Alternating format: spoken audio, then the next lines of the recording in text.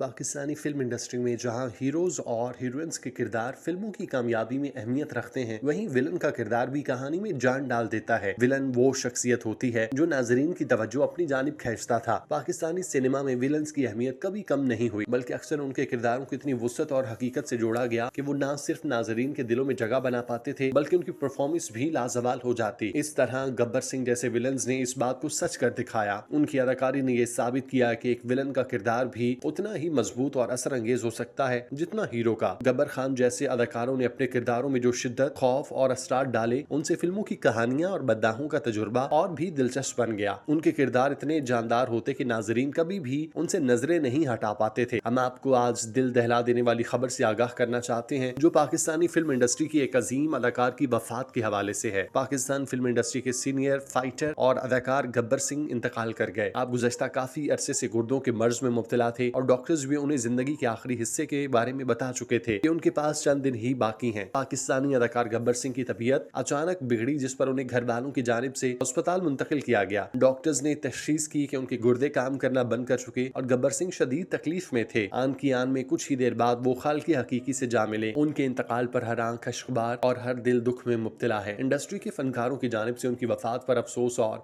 गम का इजहार किया गया। पाकिस्तानी गब्बर ने अपने दौर के बड़े बड़े अदाकारों के साथ परफॉर्म किया और पाकिस्तानी सिनेमा में एक अहम हिस्सा डाला। उनकी फाइटिंग और एक्शन फिल्मों में विलन के किरदार ने उन्हें एक मुनफरिद पहचान दी। उनकी हैबतनाक आवाज और स्क्रीन पर मौजूदगी हीरोज के साथ साथ सिनेमा में बैठे लोगों पर एक खौफ तारी कर देती थी। उनके किरदारों की शिद्दत और तासीर ने उनको एक लाजवाल अदाकार बनाया। उनकी स्क्रीन पर मौजूदगी में जो तेज रफ्तार एक्शन और एडवेंचर था, वो नाजरीन के दिलों में हमेशा के लिए महफूज हो गया। उनकी आवाज का खड़ाक और लहजे की तलखी लोगों को अपने शहर में जकड़ लेती थी। पाकिस्तानी गब्बर सिंह का असल नाम मुश्ताक था और उन्होंने 500 से ज्यादा फिल्मों में विलन के रोल किए। उनकी एनर्जी, शिद्दत और मुनफरिद अदाकारी ने उनको फिल्मी इंडस्ट्री में खास मकाम दिलाया। वो पाकिस्तान की मायनाज फाइटिंग और एक्शन फिल्मों में विलन के किरदारों से शोहरत हासिल करने में कामयाब हुए। उनकी अदाकारी का अंदाज हमेशा याद रखा जाएगा। उनके किरदार हमेशा नाजरीन को एक अलग ही दुनिया में ले जाते। गब्बर का इंतकाल कसमपुरसी और बुरी हालत में हुआ, लेकिन उनकी फिल्मी खिदमात हमेशा याद रखी जाएंगी। उनकी अदाकारी के नमूने हमेशा सिनेमा के तालिब-इल्मों और नौजवान अदाकारों के लिए रहनुमाई का बाइस बनेंगे। गब्बर सिंह की जिंदगी का ये सफर हमें सिखाता है कि मेहनत और लगन से कभी किसी को छोटा नहीं समझना चाहिए और जो दिल से काम करे वो हमेशा कामयाब होता है। गब्बर खान ने 50 से 60 साल तक इंडस्ट्री में काम किया और माजी की मशहूर मारूफ डायरेक्टर हैदर चौधरी की कीमत, दुलारी, शाहीन जैसी फिल्मों में